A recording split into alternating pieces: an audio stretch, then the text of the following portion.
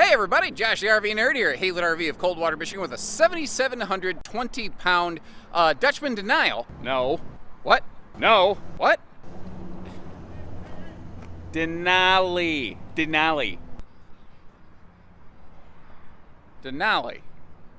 Well, yeah. That makes a lot more sense.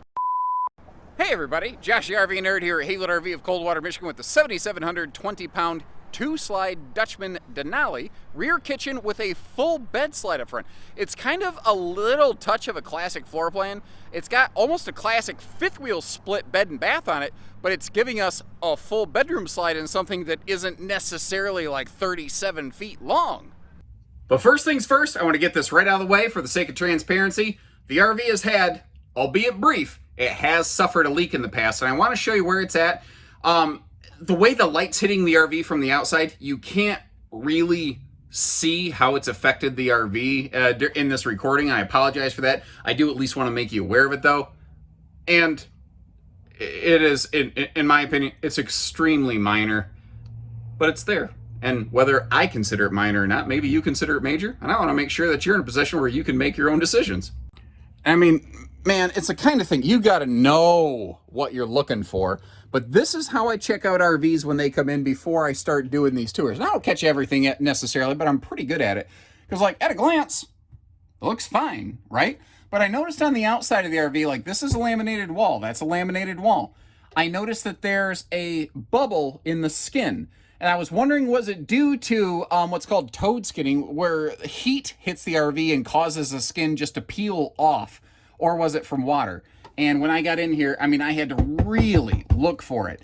But there's a little spot here that is just slightly compromised. But I was able to detect it. So it does look like the RV briefly had a leak. Looking at what I'm looking at from the outside, some water washed its way down the wall and kind of walked a little bit under the bed slide. There's a little ripple of skin delamination from the exterior. It is all minor. We'll see it when we go outdoors. And it looks like the folks, when they noticed it, totally fully seal coated the roof to make sure that that crap wasn't going to continue.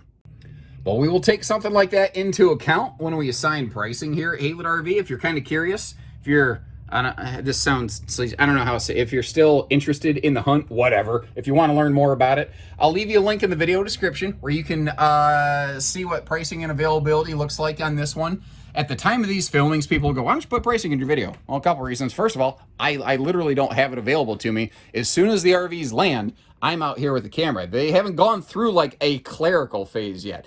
Every place does their stuff a little different. I get the information out as soon as I can, and then I circle back and fill in some blanks later. That's just kind of, you know, the way that I've found is most time effective for me.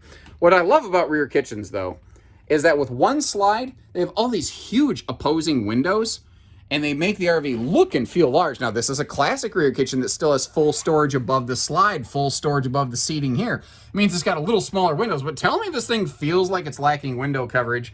And, I mean, I'll take that argument. I think that it's got plenty here. Nice light colors. I don't even have the ceiling lights on. It's nice in here. That's a inner spring style hide-a-bed, by the way. Storage below the dinette, which can also fold down into a sleeper. And I noticed something else when I was going through the RV. It's interesting to me. But that slide fascia at the bottom, let me get you a better angle on it, I'm sorry. You see how it kind of bulges out a little bit? You'll see the same thing at the bottom of the slide fascia on the other side. But it's only there. The floor is not soft, there's no mold spores, there's no discoloration. And I'm wondering if it's not a symptom of something the RV might experience if the slide was open and closed a few times in a rainy scenario. And with the age of the RV, I think it's pretty plausible and frankly pretty likely that that had occurred a time or two. Now, one of the things I love about rear kitchens, I mean, you can see all the cabinet space, but just all the prep space here and just all the window coverage. You can just see inside, outside, every side of this thing. And you know, I always thought it was weird. I always liked, they're called Euro recliners, these Euro chairs right here. They're lightweight. They're portable. They're not very bulky looking, so they make the RV look and feel a little bit bigger and nicer. I always liked those in the RV industry, but for some reason, they never really caught on. Is there something about those that I don't understand? Like, do you like those kind of chairs? Do you dislike those kind of chairs? I'd really be interested to hear some feedback from folks. And like I said, this has kind of a classic fifth wheel split bed bath design, where in the hallway, you've got your shower here. Now there is a privacy door that slides in that hallway to close that off. You see, in the evening hours, if you want to be up here in the master bedroom, maybe someone's sleeping on the hide-a-bed or the dinette, you do have that privacy accordion wall that you can pull so that the guest can still make their way over here to the bathroom space. But what's kind of nice about this, it creates this big, wide open floor space here where you can actually stand up and get dressed. And it's kind of funny. From the outside, it's a shallow slide. And I mean, from the inside, you can see it's a shallow slide. But it gives us just enough space here where we get a 60 by 80 true queen bed slide, and I'm being visited by a fly. Now, this side of the bed over here, well, it's about like Eartha Kitt in a Catwoman suit. It is tight. Does anybody even pick up the reference I'm laying down right there right now? Good old Adam West Batman. That was just such a pivotal moment. That's a piece of Americana, isn't it? Notice too, there's like TV, VCR, DVD. Because they had to take that stuff down for transit, they didn't want to just leave it on top of the thing over here. What am I saying? The dresser. Oh, I've been outside. I'm dehydrated. I'm tired, guys. We're just gonna hop outdoors. I need some fresh air. Now, one of the nice things about a floor plan like this, it's got a lot of living space, great storage, great prep space, but no slides over here on the door side of the RV. It is very park deck friendly. There's a lot of people. I don't know how it is nationally, and I'd love to hear different regions of the country. How do you guys do this? But like here in the Midwest, people will seasonal camp a lot, and they'll build like a deck right off the side of the RV right here. And with no stable steps, with no slides, it's super park friendly. In a sense, it kind of qualifies a little bit as what I like to refer to as a portable park model, where it's something that's probably really intended to stay at a park most of the time, but there's nothing that says you couldn't tow it.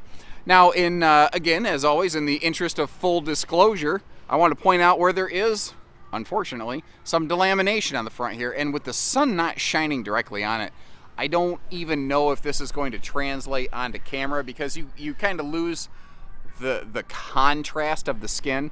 But there's a little bubble on the front side here, unfortunately. Like, if I come over here, it's a little solid. And I don't know if you're hearing the difference in that sound. It actually sounds a little different there because there's a little air bubble. And then down here, kind of similarly below that slide, watch the sidewall, watch the light kind of dance its way down it a little bit, and you can see a little bit of the fact that it's not perfectly smooth right there. I don't like stuff like that. I'm also not going to hide it from you. It does look like the RV was kept pretty darn clean. I think it was stored outside, but it was cleaned regularly. And there's a couple little things I've learned to look for over the years that kind of indicate that to me. Like, the sun has affected some of the decals. But if I get up here really close to them, you can see where there's been, well, you know, like hopping into a cold lake, fellas. There's been a little shrinkage going on right here. But the little tattered edges have been washed off, worn off basically. And if you work your way around this thing, you can see there's still a lot of gleam on everything. So it was stored outdoors, but it wasn't neglected, which is a very, very big difference, I think. I realize that I've already moved away from the RV, but it does have an enclosed underbelly, by the way, for extending your camping season a little bit. We'll get up on that ladder in just a second. I want to wrap you around the side here. And where this RV does definitely have a deficiency is outside storage. It's very, very limited. Because the bed is in a slide, they didn't have the ability to give us a full, normal, like pass-through storage compartment. So you got a little pocket here in the corner under the kitchen, although that's interesting. I kind of like having a couple outlets outside like that. There are very small little refrigerators that you could potentially stuff in that thing.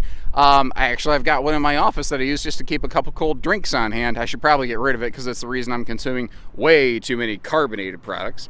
Then up here, it looks like they added some bottle jacks. Probably, this thing had sat at a park, by the way. They probably did that just for extra stability, although those are not the primary stabilization method. Those were just used as a supplement. And it only takes about 5 seconds of looking at the roof to realize this has been stored outdoors. But if you look at it for more than 5 seconds, you start to realize the skin, the membrane, looks a little different. And that's because it's actually been seal coated. It's something that I've noticed a lot of people at parks like to do that. I'm thinking it probably just provides a little bit more kind of out of sight, out of mind, but long-term kind of peace of mind here. The only other thing of note I picked up here is it looks like they spot taped the bedroom skylight lid right there.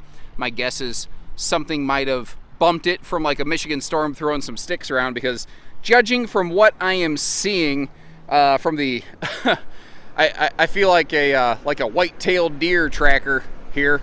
There's definitely been, this thing was parked under trees. It was under trees. There was some stuff that fell on it. So thank you very much for joining us here at our family-owned and operated facility. Love to hear what you think about the RV, and we'd love to hear from you when you're ready to go camping. So take care, stay safe, have fun, and happy Haylett camping, everyone.